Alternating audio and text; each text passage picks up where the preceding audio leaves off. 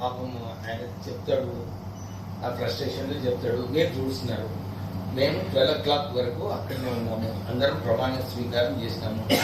12:30కి ఇవన్నీ గొడవలు అవుతున్నాయని వాళ్ళు చేస్తారు. మేము బయటకు వచ్చేస్తాము. మేము అక్కడ లేము. ఎవరు కూడా నిన్న మా మహిళా కౌన్సిలర్స్ కూడా వాళ్ళు ప్రెస్ కాన్ఫరెన్స్ చేసి ఇదే అడిగినారు. ఏమని అడిగినారు, మీరు మీ ఇంట్లో ఆడబిడ్డలు లేరా, మీరు మా మీద రాళ్ళు ఎందుకు కొట్టినారు, ఎందుకు కొట్టినారు రాళ్ళు? ఇక్కడ స్మూత్ గానే ఉండే, పీస్ఫుల్ గానే ఉండే. ఒకటిసారి పోయినందుకు కొంచెం ఉండేది బాధ ఉండదని కాదు, కానీ ఈ ఫ్రస్ట్రేషన్ ఎట్లా చూపించేది అవసరమేమో. నిజంగానే ఎలక్షన్ అయ్యేటప్పుడు కూడా కేవలం అలిగేషన్స్, వాళ్ళందరూ కూడా క్యాంపెయిన్ చేస్తున్నారు కదా. చెన్నూరులో క్యాంపెయిన్ చేస్తున్నారు, కేటాన్పల్లిలో క్యాంపెయిన్ చేస్తున్నారు, హరీష్ రావు వచ్చి కేటాన్పల్లిలో క్యాంపెయిన్ చేస్తున్నాడు.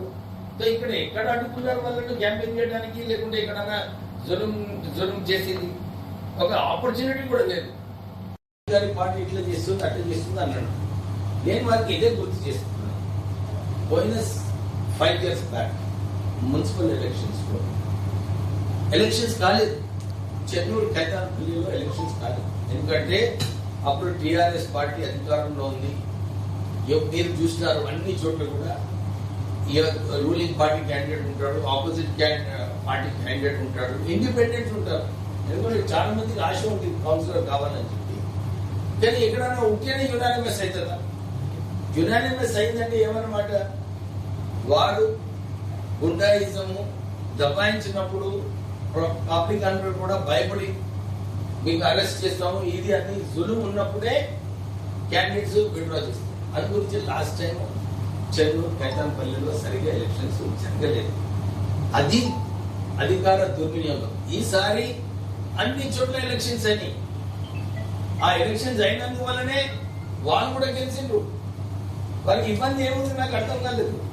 ఇప్పుడు కూడా ఎలక్షన్ ప్రాసెస్ లా మీరు చూస్తున్నారు, వాళ్ళు క్యాంప్ పెట్టుకున్నారు, అన్ని పెట్టుకున్నారు. అధికార పార్టీ మేమున్నాము. వారి మీద ఎక్కడైనా పోలీసు ఎవరన్నా పోయి ఏదన్నా గుండాయిజం అయిందా? మా కార్యకర్తలను పోయి ఏమైనా చేసిందా? ఎక్కడైనా ఎఫ్ఐఆర్ ఉందా? ఏమైనా పోలీస్ కంప్లైంట్ ఏమైనా ఫైల్ చేసిందా? ఎందుకు ఒకేనే హైప్ చేయడము, అధికార దుర్వినియోగం చేస్తున్నారు. ఏం అధికార దుర్వినియోగం చేసినా ఆడుతున్నారు. నిన్న అసలు అవసరమే లేదు. ఒక ఎంపీ ఒక మినిస్టర్ కారు మీద రాళ్ళు కొట్టేది కరెక్టా? నిజంగా నాకు అర్థం కాలేదు. దాన్ని ఏం లేనేది, అక్కడ గొడవనే లేదు.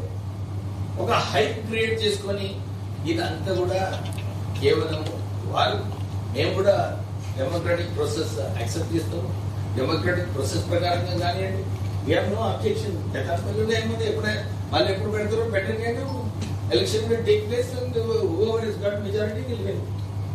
దాంట్లో ఏముండదు. ముట్లేనే వారి పాపం ఓడిపోయినందుకు అప్పుడు 10 సంవత్సరాలు అధికారంలో ఉండి అధికారం ఒకటిసారి పోయినందుకు కొంచెం ఉండేది బాధ ఉండదని కాదు, కానీ ఈ ఫ్రస్ట్రేషన్ ఎట్లా చూపించేది అవసరమేమో. నిజంగానే ఎలక్షన్ అయ్యేటప్పుడు కూడా కేవలం అలిగేషన్స్, వాళ్ళందరూ కూడా క్యాంపెయిన్ చేస్తున్నారు కదా. చెన్నూరులో క్యాంపెయిన్ చేస్తున్నారు, కేటాన్పల్లిలో క్యాంపెయిన్ చేస్తున్నారు, హరీష్ రావు వచ్చి కేటాన్పల్లిలో క్యాంపెయిన్ చేస్తున్నాడు. సో ఇక్కడ ఎక్కడ అడ్డుకున్నారు వాళ్ళని క్యాంపెయిన్ చేయడానికి, లేకుంటే ఎక్కడైనా జులుం చేసేది ఒక ఆపర్చునిటీ కూడా లేదు. సో దీనిలో ఏదైతే నిన్న సంఘటన జరిగిందో నిజంగానే దానిలో దట్ ఇస్ నాట్ కరెక్ట్. ఆ మీద ఎందుకు రాజపడాలి? ఎవరైనా ఆల్రెడీ ఇద్దరు పోలీస్ కానిస్టేబుల్స్ కి దెబ్బలు జరిగినాయి, ఇంకో కార్యకర్తకి దెబ్బ జరిగింది. అవసరం ఏముంటే నాకు అర్థం కాదు. సో నేను దానికి సివియర్ గా ఖండన చేస్తున్నాను. ఏదైతే వారు ఇంకా అధికారంలో ఉన్నట్టు వాళ్ళు క్లియర్ చేస్తున్నారు, సరైన కాదు. చట్టం ఉన్నది, చట్టం ప్రకారంగా కానివ్వండి. Nobody is objecting, nobody is doing anything against the law. నన్ను పాపం ఆయన చెప్తాడు, ఆ ఫ్రస్ట్రేషన్లో చెప్తాడు. మీరు చూస్తున్నారు, మేము 12 o'clock వరకు అక్కడనే ఉన్నాము.